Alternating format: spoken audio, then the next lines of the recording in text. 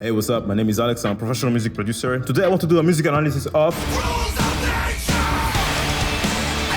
That's right, the freaking legendary track that made us fall in love with this amazing soundtrack. The sound design of this track is very interesting. Like, before certain sections, they do build-ups with using alarm sounds like...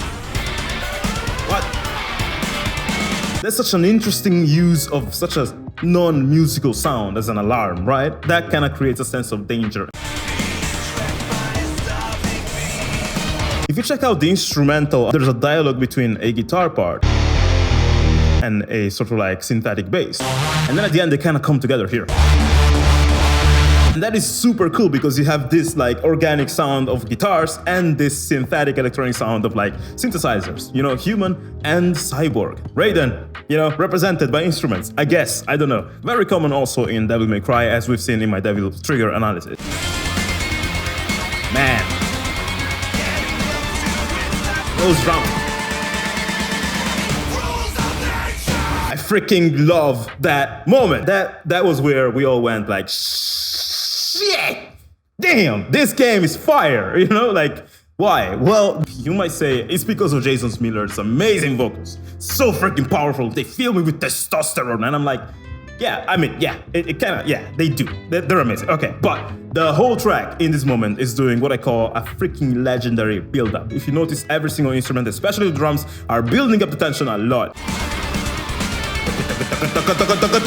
And you have this break here. And that's like a beautiful contrast, and you're like, oh shit, you know, it's like the roller coaster is getting high, and then it's like dun, dun, dun, and then you know, it's about to go down, right? And that moment there of pause and tension, because you don't know what's gonna happen, is complemented by Jason screaming.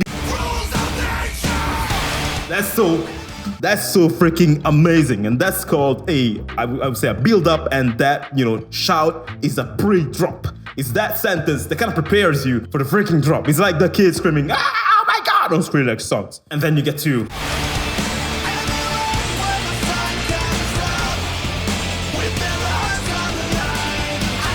And you're like, damn, those vocals are so amazing. Why is that? Well, Jason Miller, freaking legend. Like, he's singing such high notes that are very hard to reach. Second thing, he's singing those notes with a bit of distortion. If you don't know what distortion is when it comes to singing, if you check out, for example, Periphery, Spencer Sotelo, when he's singing this part, this is clean. And this is Spencer singing the same part with distortion. And the second thing I like a lot about Jason's voices here is that they reflect, again, the idea of, hey, let's write music that sounds both human and robotic, because this is a cyborg fighting against a robot, so we need that. And I went as far as rewriting the vocals to show you what they did. So you have the main vocal that I'm not gonna show because I sing very badly, and then you have a lower one, which has been run through a vocoder and gets this effect on it. And they run when the sun comes up, which is a secondary voice. With their lives on the line, gotta follow the wrong side of why. When you hear that, you're like... It's just in the background and you almost don't notice, but it's there. Beautifully robotic and human at the same time. By the way, these vocals with the vocoder were a total trip down memory lane because they remind me of a song that I used to listen to all the time as an Italian kid. You all know that song, right? Yeah, that's right. Us Italians made it. Huh. You thought we're only good for pizza and pasta.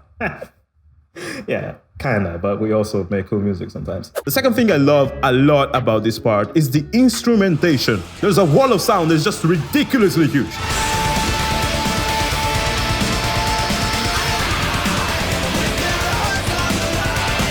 First, we have this sort of guitars and bass.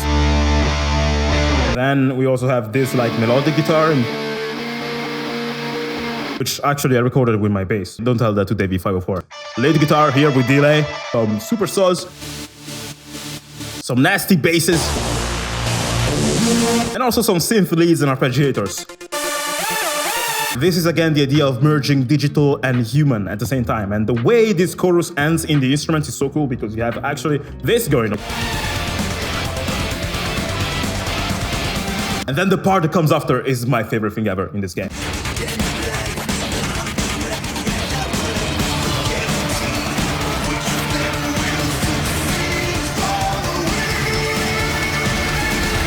so freaking amazing. It starts with just such low, so low melody. And then it ends after like a few seconds in this. That delta happens in such a short amount of time that it creates more intensity. Because this is kind of like boiling a frog. If you want to boil a frog, you take the frog, put it in water, cold water, you turn the heating on, and you bit by bit bring the water to a super high temperature. In the span of 1-2 hours, the frog is not going to notice anything. But if you do the same, in the span of 10 seconds, the frog is going to get freaking triggered and be afraid. This is what happens here. We have such a emotional, melodic uprising that happens so quickly that you're like, holy shit! I only can think of another song that maybe go like this. It's from Celldweller, it's called Unshakeable. The most beautiful thing is that Jason Miller once again did that with adding so many different harmonies in his voice. So you got the main vocal, which is sort of like this. That is me with auto-tune because I cannot sing such high tones. I cannot sing at all actually. But then you also have this. What's done is done. Survive to see another day. And then this. The dance of life, the hunter and the agile. And then a low demonic voice. Guarantee which of them will succeed stronger with. So you get all of that kind of together. When you put it all together, with me it sounds like shit. Succeed stronger with. With Jason, it sounds like. This is kind of like a build-up again. You hear the riser, the voice goes, and it kind of prepares you like, oh my gosh, it's about to go down. And how do you top that? How can you match that epicness, right? With a freaking guitar solo.